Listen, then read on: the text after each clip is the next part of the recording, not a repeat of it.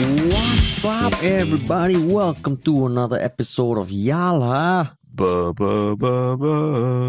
your thrice weekly podcast where we talk about the hottest news with a touch of what, Terrence? Good old humor. Good old humor, man. Yeah, man. Not a podcast, not a new week. Yeah, another 20th March. So, I think the March holidays just ended, lah. Yeah, I think a lot of parents are relieved that the kids are back in school. Did you face a lot of crowds over the weekend? Crowds of kids and families? Not really. The only event I went to some fair event thing, but it wasn't kids it was more like targeted towards adults So I don't know. I did see a lot of kids walking on my uncle walk today, as in walking to school, not just going for a walk. Walking to school. Got it. Walking to school. Yeah. So things are. I guess everyone's back in the swing of things. I think there are a lot of big events this weekend, whether it's like children's fairs or flea markets and things like that. And I think there's the Chatuchak market and all, right? Plus Harry Styles. Oh yes, Harry Styles last weekend. I mean, I didn't go. I didn't go. But it tells you, life is back to normal, or is it? Because that's literally what we're discussing today, right? Yeah, but then now I don't know whether the conversation you were having was just a segue or whether you were actually having a sincere conversation. It is a sincere conversation. It's just that I realized along the way that it's relevant. Okay, to what we're talking about. Yeah. I see. Yeah. Cool. Yes, that is the context. I mean, now we are officially post-pandemic. So yeah, so we're going to be talking about that as the first topic. But before that, we do have a plug, which is what, Terrence? It's a unique one today. Because, kind of born out of unfortunate circumstances, right? Which is we actually did a podcast recording with a very good friend of mine and a very renowned AI expert from Hong Kong, Mr. Kevin Pereira, which was meant to be a Yalabat podcast episode. But there was some technical issues with the audio during the recording. So we actually lost the audio during the recording. So we did what we could to salvage the audio from the video source, because we were recording video at the same time, right? And what we have at the end is the YouTube video of that podcast recording. And the only caveat is that the sound isn't great. The sound isn't the usual quality that you are expecting from Yalabat podcast. But we thought that the discussion was great, and for those of you really interested, it's still something that you should try to watch on YouTube. So it's only on YouTube. We're not putting it up on Spotify or we're not putting it on podcast because the audio isn't great. But yeah, I think it was a really good discussion. What do you think of that podcast recording? I mean, like right now, AI, it's just interesting. I think everyone knows about AI. My mom knows about AI. My uncles know about AI. Everyone's talking, what is this ChatGPT stuff?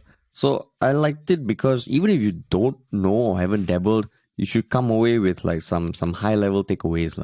Yeah. So yeah, I enjoyed this discussion. Yeah.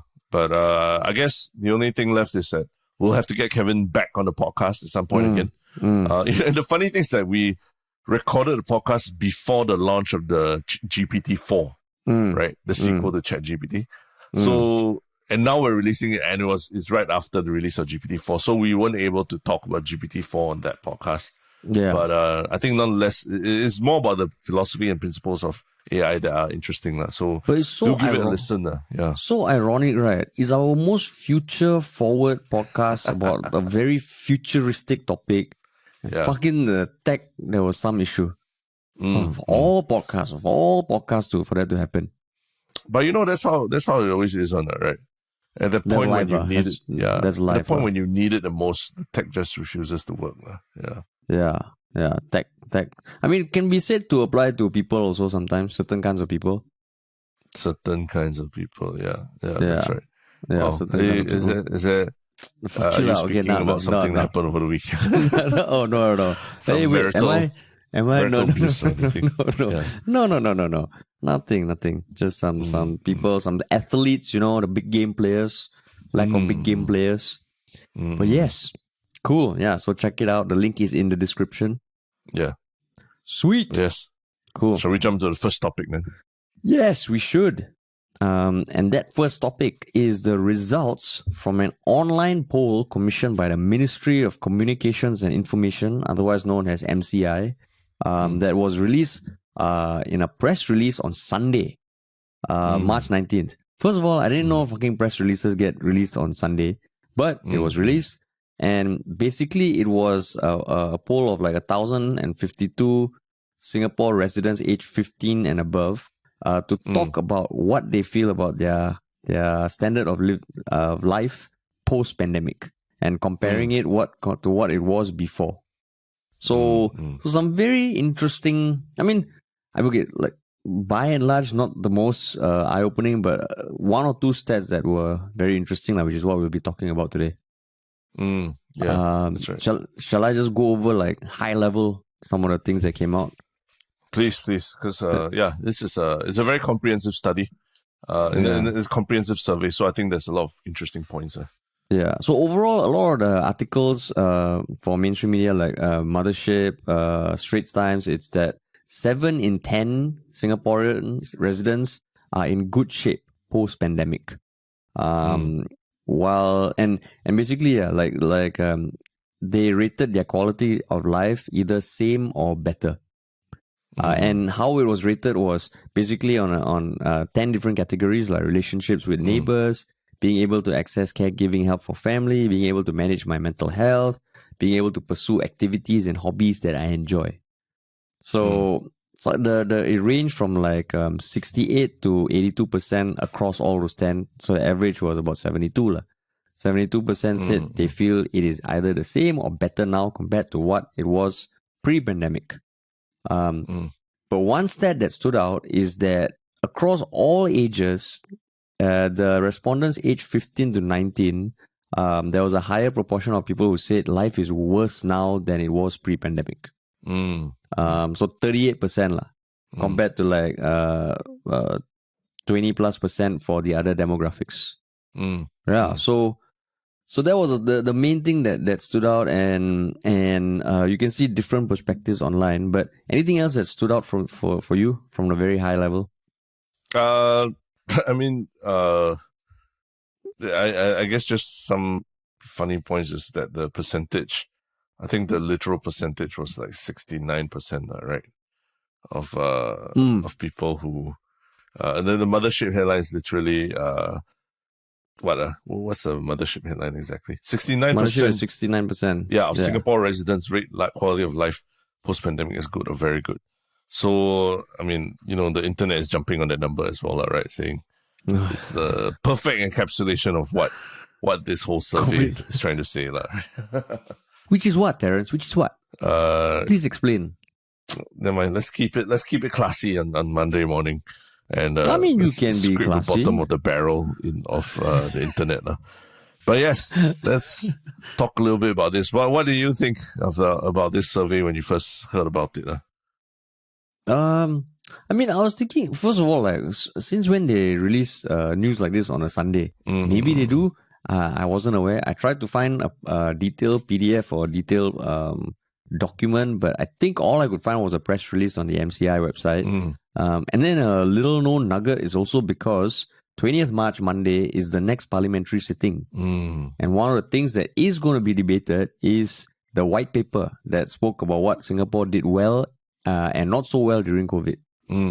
So then I was like, oh, that's why they wanted to release it on Sunday before the Monday. Because in general, this paints quite a positive picture in terms of how us as a nation in general have come away from the pandemic feeling. But the thing about the young people, I mean, initially, I won't deny also, but why? Like, isn't it better now than it was, given that you can go back to your life, your school, your friends? But then, I think just reading the accounts and all, I can imagine at that age, like 15 to 19, having to go through the pandemic is really like a shock to the system, man. And I have no idea how that must have felt, but it probably sucked like crap. So I can sort of empathize, but what about you? Yeah, but I think some of the comparisons are about life post-pandemic and pre-pandemic, right? Mm. So one thing to remember also is pre-pandemic was a long time ago, right? Like literally 3+ years ago. So you're asking people to think about what life was like more like 3 years ago. I can barely recall what life was like more than 3 years ago, because like what we mentioned the last time, we are even completely different people already, right? In terms of you know, your marital status, me becoming a dad and things like that. So it's hard to compare, I would say, when you ask me to compare now versus 3 years ago, and especially in the form of a survey, which sometimes asks you to quantify things that are hard to quantify. And I say this also, and like you, it was quite hard for me to even find the survey, right? And I think it's very important how the survey was conducted, because I recently had a really terrible experience with someone who was trying to get me to fill out a survey as well, a survey about my expectations about how happy I felt about Singapore and how happy I felt about Singapore government and things like that. Just the whole survey experience was very unpleasant. I was accosted in the middle of the night while walking home, and even towards the end, like I actually answered the survey, but at the end I refused to let my data be used, because they wanted to track they wanted my phone number and stuff like that. The person taking But you the still survey. agreed to the survey. No, I agreed to do the survey at first. Then at the end they say, can you please provide your phone number for whatever, for not identification, for to understand, where you live or whatever. Then I'm like, why do you need my phone number? That makes no sense whatsoever, So then I refused to give some vital information, and then I think the survey person got quite unpleasant, saying like, only old people don't give the phone numbers, and also lied about certain things about PDPA, which I knew quite well that were clearly blatant lies. So I refused to participate any further in the survey. But did anyone ask you where NTUC is or not? No, they didn't. But the fun fact was, I literally just went to NTUC and I was going home. So I bumped into this person. Yeah, this was like 10 p.m. at night. He was telling me that, I need to, one more survey that I'm done for my day. So I'm like, okay, I'll help you out. I'll give you, I'll give you 10 minutes of my time and all. But towards the end, we were like, he was literally shouting at me as I was walking away and things like that. Walao. Yeah. So it's, you see these surveys and all you see are the figures at the end. But you got to ask, like, how were these numbers derived? Were people pressured into giving answers? Were they the sequence of questions? Were they, how were they asked, basically? The only thing they say is that it's an online poll. Yeah. Okay. Oh, so this is purely online. Okay. Yeah. So, but there's still something to be asked about, like what are the sequence of questions asked as well, right? Yeah, exactly. For example, like if we ask about the government's or Singapore government's handling of the pandemic, and then straight after that you ask about, how you feel about life now versus life back then. That question, that earlier question, will affect your answer to the later question as well, right? So I think the methodology of this survey and everything, it's important to let people know, If not, people will just dismiss it as like just pure propaganda and nothing more, Yeah, that is true. Because even though they say online, I mean, if they say they reached out to 1,052, so I assume the process is that they will either speak to you on the phone or something and then point you to the survey. It's not just a survey that anyone goes to fill up. But going back to what you said, which was an interesting thought, is that, okay, first of all, can't remember how long ago this was. I mean, 3 years, 4 years, it's not a short amount of time. But then also, I think what would be helpful is a survey, even in previous years, of people who are aged 15 to 19 and ask them 3-4 years later whether their quality of life is better or worse. Because I know the first few years of work, 15 to 19, assuming you enter the workforce, the first few years of work can be quite shitty, right? And there was nothing to kind of confirm that. I mean, not taking away that going through COVID was fucking hard for everyone. For younger people, I can imagine it being like I can't even imagine what they went through from a time when you're trying to figure out who you are and all. But yeah, there's no comparison about whether suddenly there's a survey. Most people who take a survey 15 to 19, 3 years later, the survey is all like, fuck, I mean, my life sucks, man. And if that's a trend, Yeah. Yeah, so that's like the control kind of thing. And also, like what you said, some of the other things that came up was that 7 in 10 Singaporean residents expressed confidence in the ability of the country, the government, the healthcare system, the community, and they themselves to manage future pandemics well. So that, it's like, okay, there's a general 70% confidence in the government. That's why I thought that they're releasing this the day before it's debated in Parliament. Also feels like, why so close? Like, it just fills your mind with questions. Yeah. Questions in a good way or a bad way?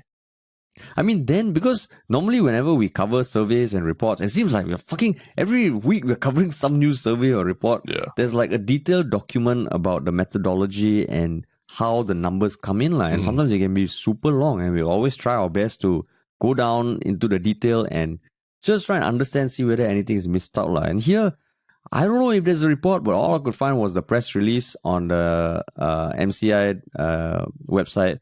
And there's a link where more information on the methodology behind the poll can be found in the annex, but you can't click on the annex. There's no link. I see. There is no link, MCI. There is no link. Yeah. I see. Yeah, because so it's a bit... I think it's important because if the survey was specifically about the pandemic and all that, right? Given that it revolves around a white paper, as well as asking people to think about COVID-19 as like the milestone of measuring whether their life is better now than it was before. Definitely people will be thinking about, how life was during COVID, and their answers will be tainted by how life was during COVID, right? Yeah. So that's why, to me, it's like, you're asking people to talk about their quality of life after the pandemic versus before the pandemic, but anchoring the pandemic as the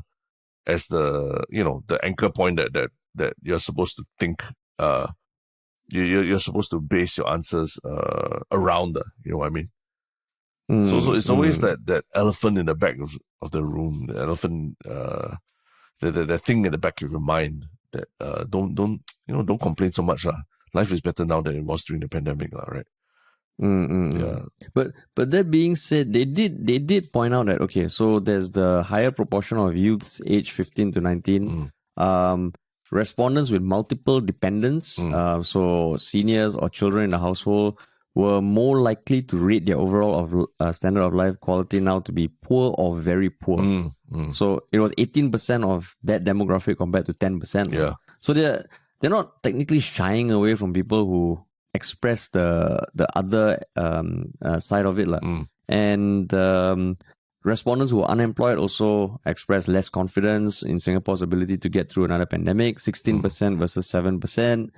And caregivers also, caregivers. So there were certain things like that, but I just found it like certain outlets, they were a bit more balanced in their title of the article. And even Straits Times, okay, so youth caregivers see drop in quality of life.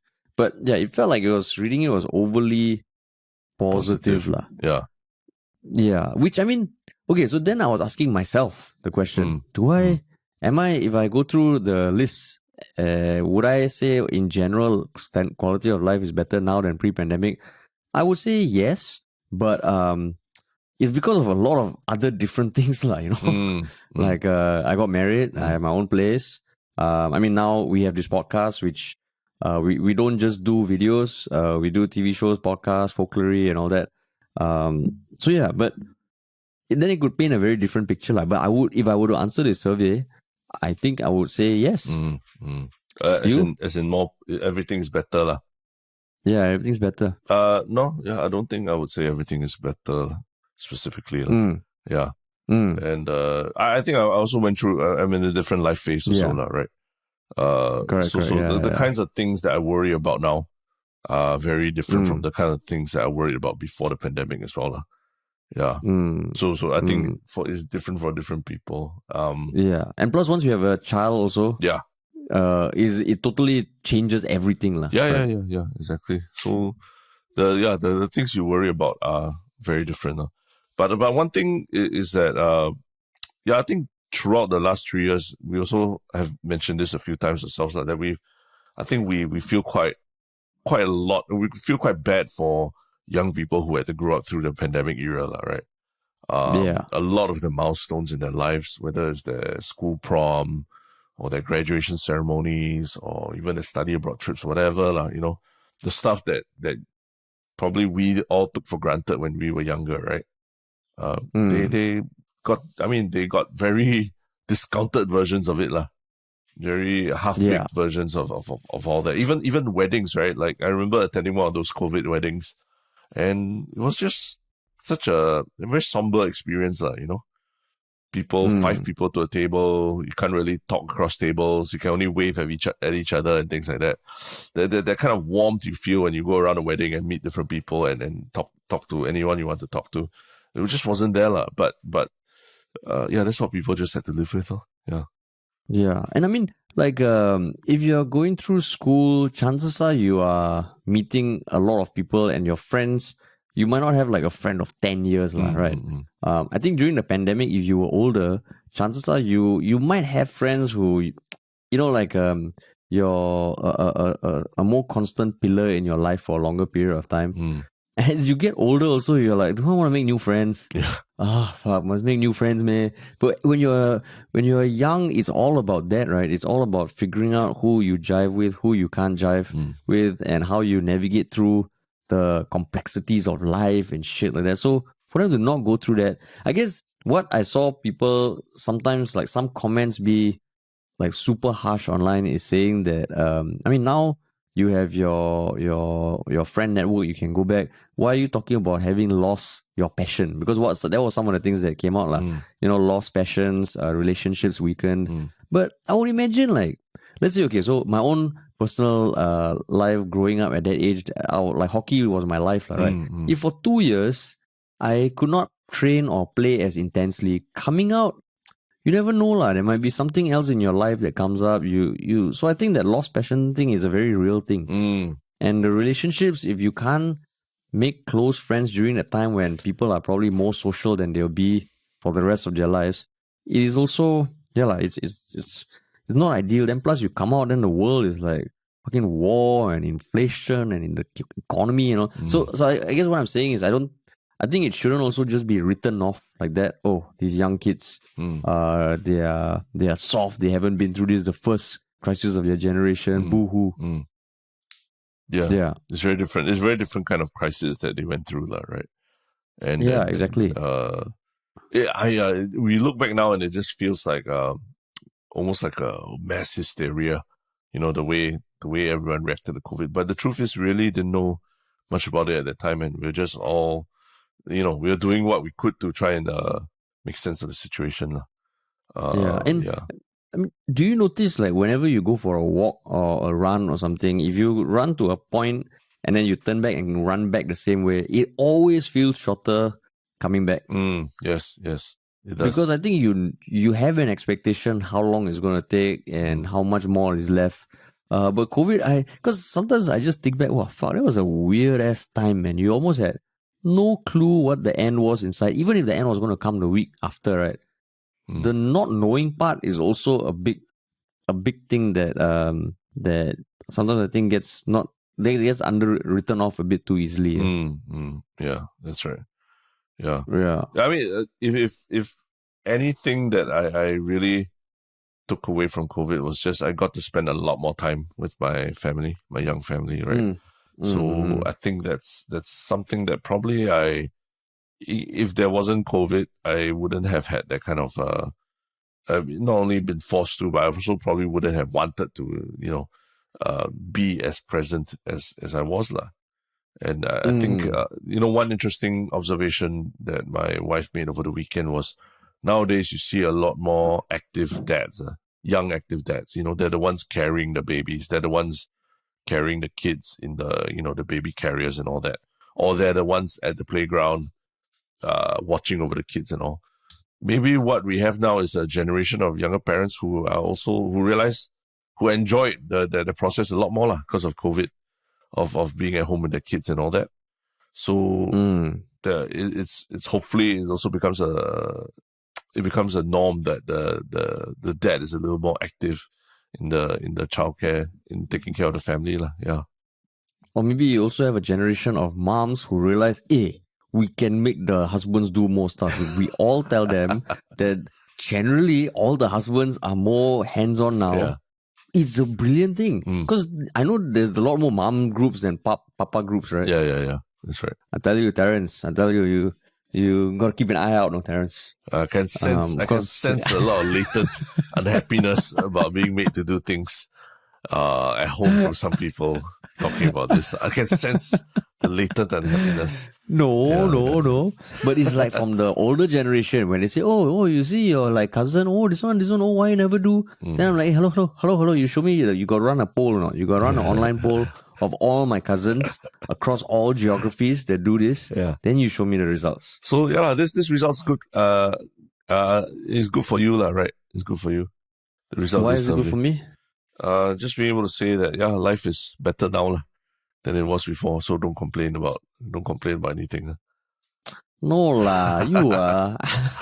I'm just saying that when I was thinking about it, I was thinking how I would answer. I mean, I don't know whether my average score will be like 72 because when they break it down into the different things, I mean, even if like you are listening, right, and you want to just do a quick benchmarking based on the survey, basically the 10 aspects are relationships with my neighbors, being able to access caregiving help for my family, relationships with my family, being able to contribute to society or charitable causes, being able to have a healthy work-life balance, being able to manage my physical health, being able to manage my mental health, being able to cater to my financial needs, relationships with my friends, and being able to pursue activities or hobbies that I enjoy. Yeah, so those were the key aspects of life that this survey pointed out. Yeah. So actually, for just interesting on the last point, what new hobby or anything that you pick up the last 3 years that you're very happy about? I've actually started to enjoy cooking more. Yeah, I enjoy cooking more. I think that was a direct result of having to just like cook more for myself or like with me and my wife. Aside from that, you mean like new hobbies, just not because of COVID directly or anything, just new hobbies? New passions. I mean, given that the last 3 years, we all spend a lot more time at home and everything, right? Yeah.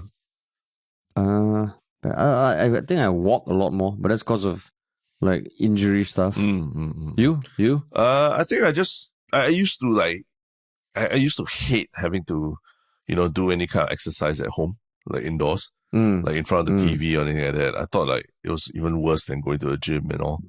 I really want, if I want to run, I want to be outside. But now I'm like actually quite like, okay, I need to, if I want to like just do a half-hour thing, I'll just fire up something on YouTube and just do it on my floor at home, I got very used to that. I didn't feel like it was very troublesome or anything, Yeah.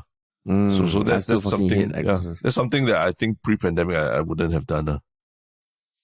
Yeah, I still hate exercising at home. Yeah. That's fine. It's just necessity. I mean, it's just a necessity, right? Yeah, but this is what you just pull up, you just fire up like a YouTube channel, a particular YouTube channel, or the whole Nike fitness thing on Netflix as well. Netflix, they have the whole Nike fitness, all the classes, or 10-minute classes, 20-minute classes, half-hour classes. They're all on Netflix, so you can just follow those and just do the workout there. Yeah, I see. Netflix, technically you can watch double time also, right? But why would you want to for exercise tips? If anything, you want to slow it down just so that you don't suffer so much. Or you suffer less when you do it more double speed. Yeah. That's true. Yeah. But yeah, it's I mean, the one big takeaway from reading this was I found out that the parliament is sitting today. Because I do want to go at some point in the near future, but I think the dates are settled, like they're not fixed, like the third Monday of the month or something. I don't think so. I couldn't find anything online, but I'm curious to see what will come out, because I'm sure tomorrow there'll be a slew of articles about everything that's going to be debated, like one of which is the COVID white paper. Yeah, and I think Long Man Wai has an interesting question lined up. Yeah. Which is what? from what I understand, he's asking why is it that Lee Hsien Yang and Lee Swetfen are named in the investigation that is ongoing, whereas the Keppel executives who were convicted in that primary case were not named in whatever investigations are going on. So two completely separate cases, but he is raising a point about why is it that you're sort of prejudicing, you're sort of casting, putting something on their names, right, of Lee Hsien Yang and Lee Swetfen before the investigations are over. Yeah. I see. Oh, interesting. Yeah. Young Man Wai special again. And Parliament. Yeah. All right, man. But yeah, so cool. It is, we were talking about AI and how everyone should not only fear AI, but also try it and try to embrace it. But yeah, we're literally seeing that battle happen right now in something that a lot of people care about, which is the quality of the camera on your smartphone, right? Yeah. So what is this big hoo-ha going on? Yeah, it is indeed a big hoo-ha. Because basically Samsung's new phone, the S23 Ultra, one of their big marketing angles is that it takes really amazing pictures of the moon. Like it's part of their marketing, part of their ads and shit like that. So one Reddit user who goes by the name of iBreakPhotos decided to test how powerful it actually is, and it was uncannily powerful. Like you take a photo of the moon in the sky, you look at it on your phone, and it's detailed as shit. So he was kind of a bit skeptical about how much of it is true AI, like optimizing the actual image, or some other shit being layered on top. So he did a test where he took a photo of a moon and made it blur on purpose. He displayed it on his computer screen, and from a distance, he took a photo with his phone. And he used the Samsung whatever optimizer and all that. And it came out more detailed than the original photo. So then he was saying, like, if the phone is supposed to optimize things that are there but which your camera cannot capture, why is it making things that are not even there appear in the photo? And what happened next was an online kerfuffle. That's essentially it, right? Yeah, essentially, yeah. Yeah, and it's blown up to the point that even Samsung has had to come out and respond. Because it went viral on Reddit, and even on the Reddit post, people are saying, "Oh, like that's a bad test and all that." But basically, it just poses an interesting question. Like, even if whatever his testing methodology was not the best or something, it just poses a question like how much AI is bad, right? How much AI is too much? Yeah. That's what the Wired phrases it as. Yeah. I guess, one interesting thing I did take away from this, which it's one of those things you learn, but I totally forgot about, is that due to the tides, the same side of the moon's always facing the Earth. Correct. That totally slipped my mind. And I definitely caught myself asking, doesn't the moon also rotate and rotate see the other side? So wow, the AI must be really smart to do that. But no, yeah, apparently the same side of the moon faces the Earth all the time. Yeah. Though at first I was thinking, maybe they can triangulate, your position on your phone with Earth, and then extrapolate how much of the moon is rotating. Then I also read the same now. I was like, oh yeah, fuck. I remember that. Yeah. But Samsung phones, the zoom, they really are quite something, right? They are. I mean, full disclosure, we have worked with Samsung before when they were promoting a phone from a couple of generations ago, the S21. And even then, S21, the zoom was like the one key feature that really everyone zoomed in on that, right? And we were blown away when we tested it as well, right? Yeah, and it was for video. So I mean, there's only so much that it can apply in real time, but it was insane. Yeah, it gave me like goosebumps because I was like, wow, imagine like we do hidden camera kind of videos with this phone, how we can zoom, we can sit far away and zoom in and everything. Then I realized So that's probably how all perverts are probably thinking about the phone also. lah. exactly. The inner perv was surfacing, Terence. I'm glad you The squashed YouTube, it. the prankster YouTuber side of me, that could be mistaken for pervert. Yeah.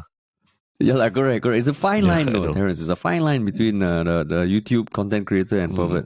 That's right. Yeah. So, but basically, this. Then I also was thinking, and like, I think the Wired, they interviewed one researcher at MIT, quite a very senior researcher in the field of using AI to enhance images, and he was saying that photorealism, i.e., the concept of the photo really showing what the camera sees in front of it, is dead. Like, he used the word, is dead. Everything you see now is almost like a hallucination. And then it made me think, like, actually, that's kind of true, no? How often do people post something in its true form without even, not say add a filter or something, just increasing the brightness, increasing the contrast? I do that. So yeah, photorealism is dead, Terence. And isn't this just like Samsung kind of enhancing what you know is there? You know is a moon surface. So what's wrong, Terence? What is wrong? I mean, the truth is, a lot of our photos already use software enhancement, right? Computational. I mean, the term I think is computational photography, lah. Which it's kind of normal cameras. You have to know how to work the camera to capture the best image and stuff like that. But for computational photography, it's a mix of the camera knowing how to use the hardware to optimize for whatever shooting condition it's in, lah. So it only has come around because smartphones got so many different sensors in them that allow you to track a lot more different things than what a typical dumb camera is able to do, lah, right? But that said, even the so-called dumb cameras that you get from Canon, Sony, Nikon, you'll be quite if you haven't touched cameras in years, you'll be quite shocked at the level of AI that's also in them, lah. But it's still even in the more conventional say, cameras. For example, autofocus. It used to be, if you can autofocus on a subject, it's fantastic. Then it became autofocus on a face, where literally there's a box that follows your face around. Then after that, it became autofocus on the eye. Literally you can look at your face, identify the eye, and then focus on the eye. Then you can choose left eye, right eye. And then after that, I think it took a big leap when they went to, you can autofocus on animals. Now they can identify, like, are you looking at a bird or a cat or a dog? And they help you identify the eye of the cat or the eye of the tiger, whatever you're shooting, So there are these very big leaps. But again, they're a bit more, they apply to more niche areas, like wildlife photography or pet photography or anything, right? Whereas for this case, it's like, it's very specifically taking photos of the moon, and the moon, like what we mentioned, it's always the same side facing you. So if the AI is really just taking what we know about what the moon looks like already and enhances it that way, is it really that big a problem? It's like knowing what a human face is and teaching a camera to autofocus on the eye of a human face, and then you end up getting a better picture out of it, lah. Is it that big a deal for you? What do you think?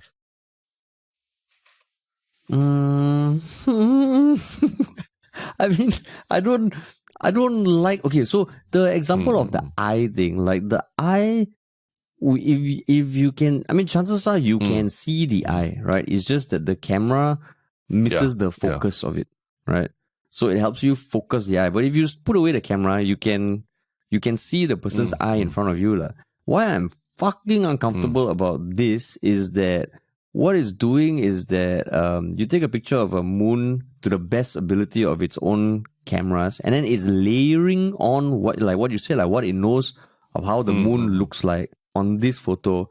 That to me is crossing the line, is it? So it's crossing the line. A girl putting on makeup, lah. It hides what is below it, but you feel that that's crossing the line, is it? No. Okay, makeup is like, no, I'm saying if they had a picture when I was dating on the dating profile, and then they enhance it, I would feel cheated, Okay. Yeah, no, because like if you put makeup and all, I think that's different because it's physically still on your face, lah. Like without the camera, I go to you, I can still see that on your face. But if you add like freckles and shit on your dating profile, and for some reason I got a fetish for freckles or something, then I go there, I'm like, no freckles. I'm like, hello, Money hello. back. I want to take this red pen and draw it on your face. Okay? Right. So you mean you are okay with this? No. I'm not. Like if, I mean, I'm a very, very big proponent of using dumb cameras as opposed to smartphones to capture things. So I'd be the first one, protesting about this. But I think for me, actually, the bigger problem is not, I don't really care that much about moon photos. I'm not that interested in moon photos, But the bigger problem I have is that, I think this whole, zoom function plus the fact that you can take really fantastic images of the moon, I think the bigger problem is that is part of the marketing for the power of the camera of Samsung's phones. So you think that because it can take such great images of the moon, that means it can take other great images of anything else that you zoom into, right? But that's not the case. It's only specifically for this use case of the moon. But I feel like it all gets lumped together in the marketing that, the camera is so great that whatever you zoom into is going to look amazing, right? Which you will discover is not the case. It's not the case. And that's what I think is the big issue, is that Samsung lumps this all together as the marketing, as marketing for its zoom camera on its phone as well. Which I think, would you say is deceitful? I don't know. It's a fine line, but it's a bit of false marketing, definitely. Yeah, I would say this because like what you said, like if you think that it can take this clear pictures of the moon, you would imagine, wow, the camera is powerful as shit, man. Like I can take photos of whatever. I mean, cutting aside the pervs, I can take photos of like whatever I need to in the distance because the camera is that powerful. But yeah, if it really is the case that their marketing and the sharp moon images only come because of the AI that is specific to moon images, then it's false marketing. And just to explain a bit more by what that means, essentially when the camera takes a photo of the moon, because there are so many moon images around the world, that is part of their AI algorithm, their neural network, right? It's like their computer brain. And then also the fact that it's the same face of the moon at any given time, you can probably with a good amount of accuracy plaster on something that would look like what you would see through a telescope. Right. But they don't have like millions of photos of like someone's face or someone's car. Yeah. Right, or someone's pet. Yeah. So I mean, there's almost a augmented reality element to this camera. If you want to use the usual tech jargon, right? Where they're augmenting whatever you actually are trying to get a photo of, which I mean, the word itself, it really means that you've altered what the original state of the image is, really, So it's to me it's not a great thing. I feel like if anything, it's not a bad function to have, because maybe you would much rather just have a nicer image of the moon than some blurry image, right? If you're trying to take a picture of the moon. But maybe they should really market it or be very upfront about it as a whole separate function, so that people they know that there are limitations to what this AI and this zoom can do as well. And it's very, very specific for that use case. Yeah. And it is a function called scene optimizer. So part of Samsung's explanation is that you can turn it off. You can still get a photo as raw as what your camera sees in that moment. And like so this was maybe like 5 days ago, they responded. And I mean it's not the first time that any a phone company has also got into hot soup. Last time there was one where they were marketing the stabilization feature of this one phone, and then part of that they were recording someone who was roller skating on the road or something, and it went past a reflective surface, and in reflection you can see that the person recording the video was actually using a DSLR with a gimbal. Right. Yeah. So I don't know whether it's Samsung or not. That is absolutely false marketing, right? Yeah, that is false marketing. Yeah. But I don't know, man. like the whole question of like, is AI really, is there anything like, there's too much AI in photos? Is there a line for you or not, Terence? Yeah, there's a lot of ethical questions about the use of AI to generate images, as well as the use of AI to alter the images that we see, right? The most obvious one is that deep fakes and whether what we're looking at is real, all that. But the second part of it is that the artists who essentially create the work that the AI is training itself on and all, they don't get any compensation for what the AI does, lah. And the AI is creating work that is being used, whether for commercial purposes or whatever like that. But they don't credit whatever sources they got there, they learned from that, right? And maybe I'm bringing a very old school way of thinking about it, but I think it's important to give credit where credit is due also, right? Even if you mean you're training an AI to look through old, history of art in order to learn how to draw or a certain way or whatnot, right? So there's a lot of ethical questions with AI, and and this, I mean, is dovetails nicely with the podcast that we recorded with Kevin as well. We talked a lot about these issues too, right? But then okay, so compared to like, let's say the film camera, last time when you take you have to crack and then take the photo. Yeah. Let's say that one, because that one there was no autofocus, and maybe the sensors, or like, no, not the sensors, it just didn't capture things the way they look lah, right? So when a new camera comes up and they have better lenses or better sensors that can actually capture it the way they look, if AI is just doing that, like let's say you take a night photo, you know how it takes like on certain phone models, you press for night function, it takes like for 1 second, right? It takes a series of photos and then it forms a composite lah, right? Yeah. But the colors might appear more vibrant than what you see. Is that something that you're still cool with? Yeah, I think it is okay, because it is part of what you're capturing there, in that the camera ultimately is a tool, right? And there are limitations to the tool as well. So what the AI, in that case, what you're talking about is the software using the tool, but allowing using computational photography to take whatever you got from the tool and cough out image that's still better, right? So the main thing is that the initial ingredients to create that final better product, the initial ingredients all came from that same tool also, which still requires you to operate the camera, to put it down, to set it down, to compose the photo and things like that. So that one, I think it's still in an area where I would still enjoy it more than just than what a lot of computational photography is today lah, where they add in a lot of things that weren't even there, that you were not even a part of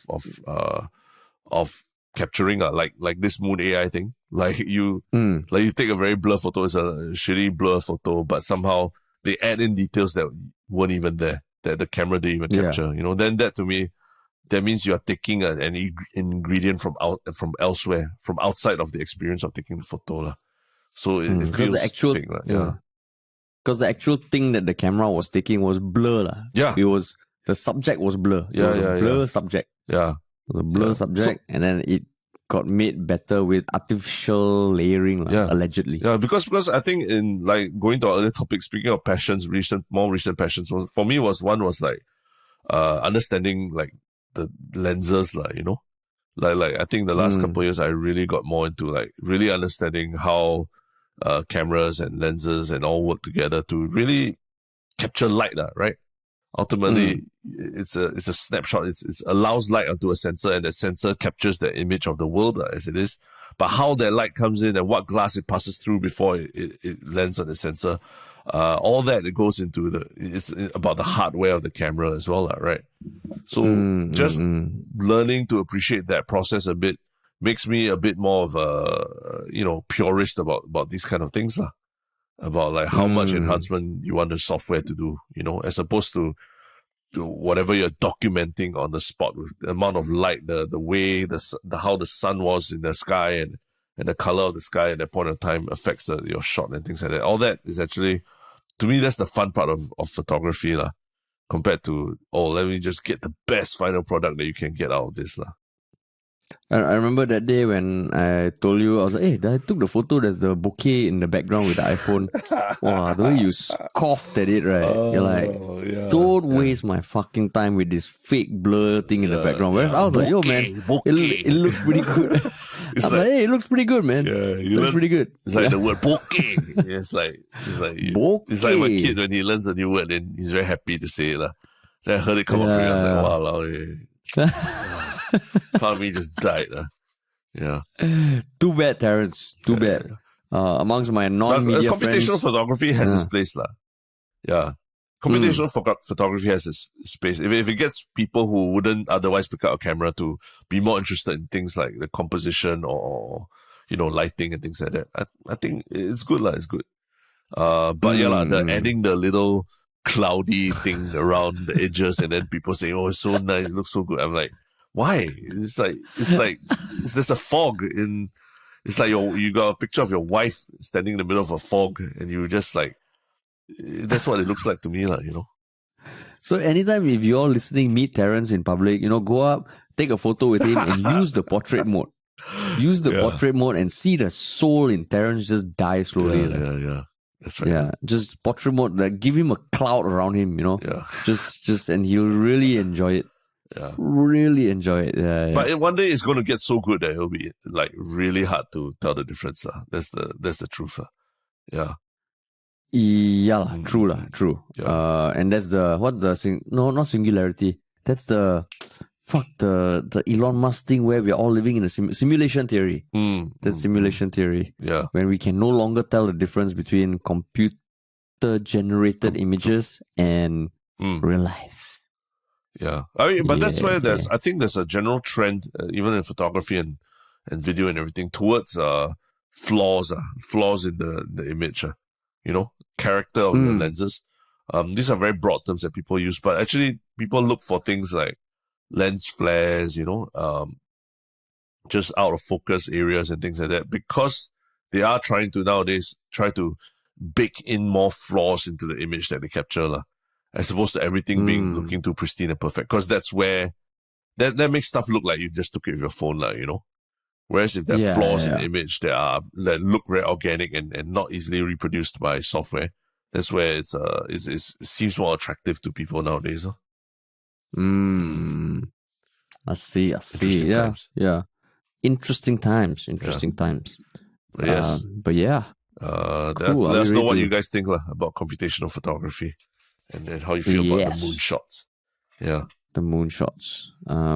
So now, on to the one Shiok comment of the week. Yeah. Terrence, what's your one Shiok comment, man? Mine is not something that we can necessarily share, but it was just an anecdote from a friend, from school that I bumped into recently.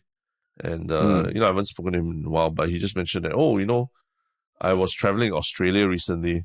And this friend of mine who lives in Australia now tells me that she's a huge listener of your podcast, huge fan of the podcast and all.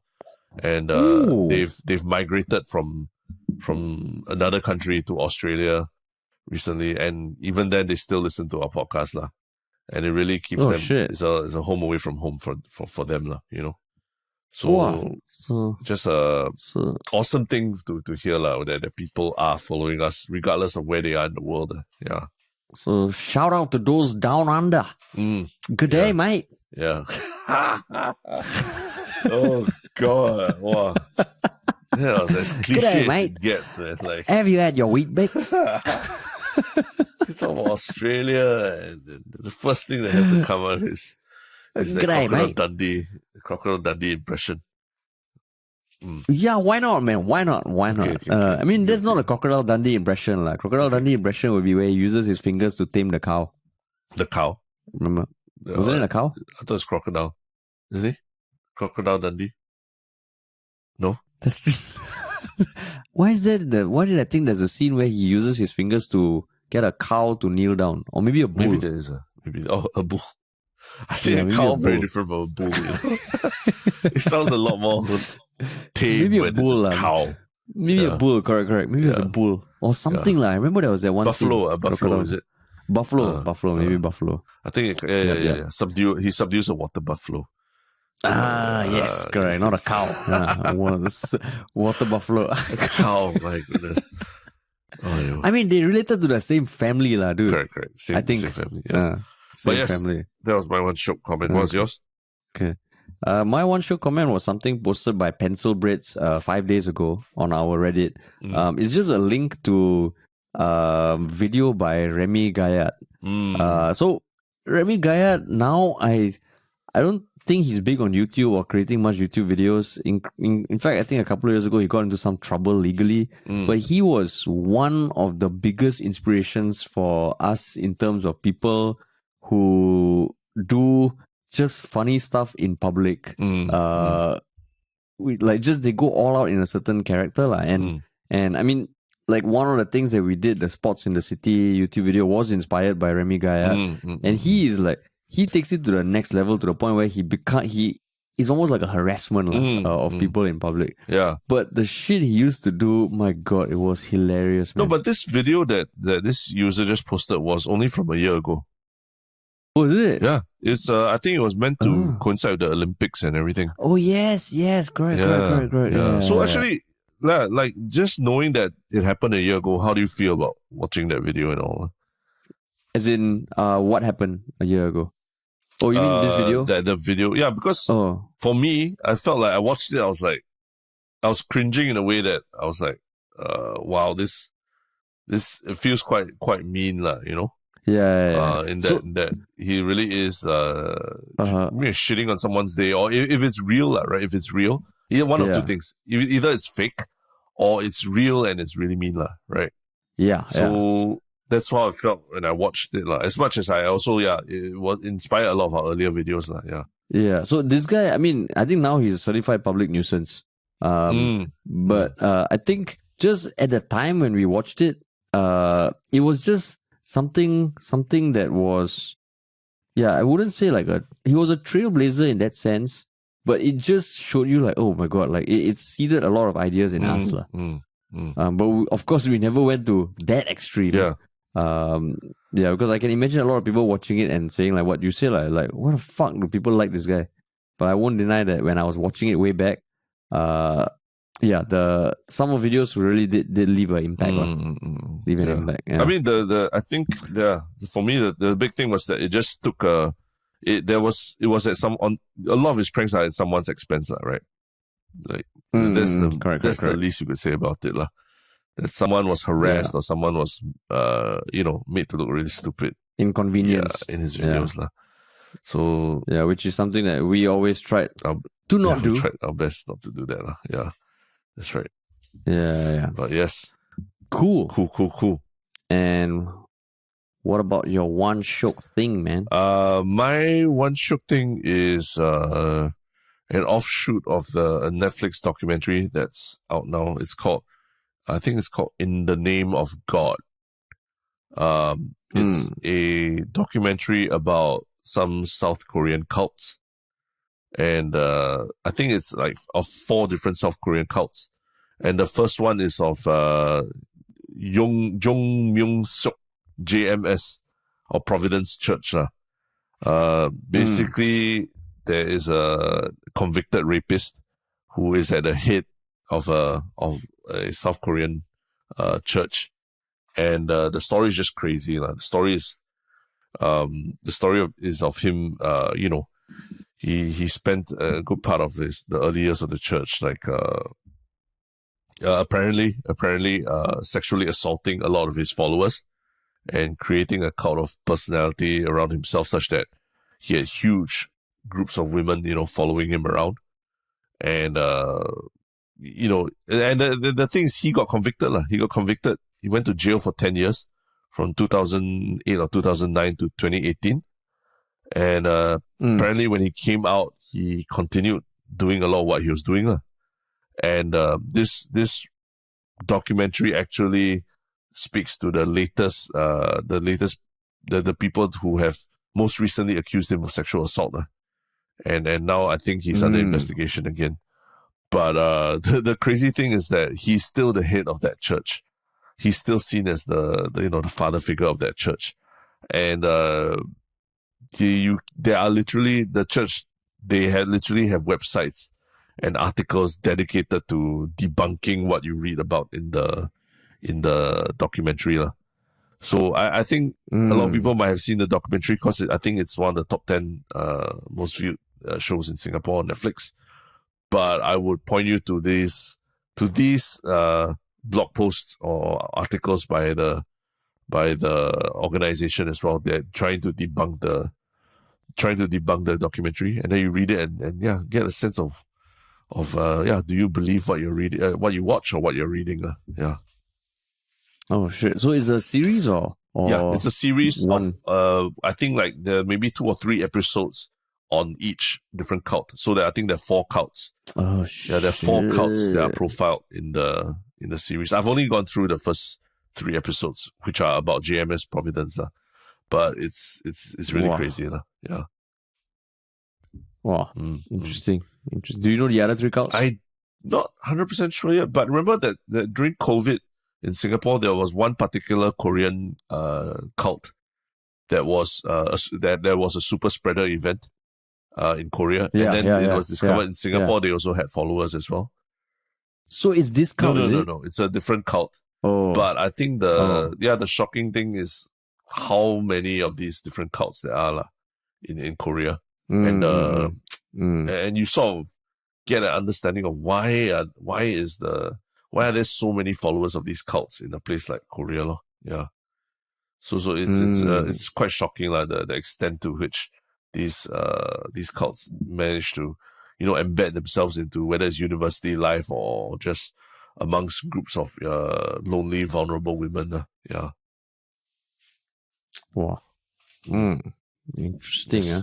How about you? Cool. What is your one Shiok thing?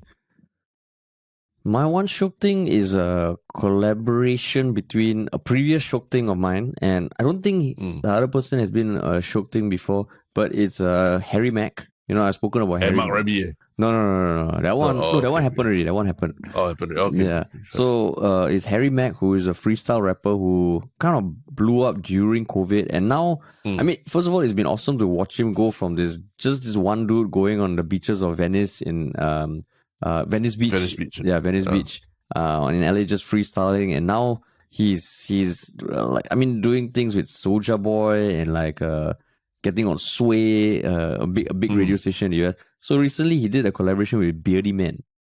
So Beardy Man is someone who is like a vocalizer, looper, and he does crazy ass shit with his voice. So he's a beatboxer, but he also loops. So both of them collaborated, and you just watch it, right? It's insane. Like everything is unplanned, everything is improvised, and it's just like Beardy Man has all these computers around him, and he uses his voice, he loops it, he adds some synthesizer and reverb and all this other shit, and then Harry Mack just raps on top of it. So he enhances his voice and puts things that weren't there. Yeah, I mean, it's just like the moon photos. It's all from the source, Terrence. It's all from the source. Yes, it's from the source. He he speaks into a mic and then he uses that. Okay. So that's not too bad. It's not too bad. So you watch it, it's just insane. I mean, even in a few minutes, you get a feel of it. Ooh, it's amazing. Amazing, man. Harry Mack and Beardy Man. Cool. All right. Awesome, thanks for listening, everybody. Don't forget to check out our podcast recording with Kevin Pereira, the AI expert from Hong Kong. I think it's a really good listen, and you only can catch it on YouTube. That's YouTube exclusive. You can only see it on YouTube. Yeah, YouTube exclusive. Yeah. Sweet. All right, man. Thanks, everyone. Cool.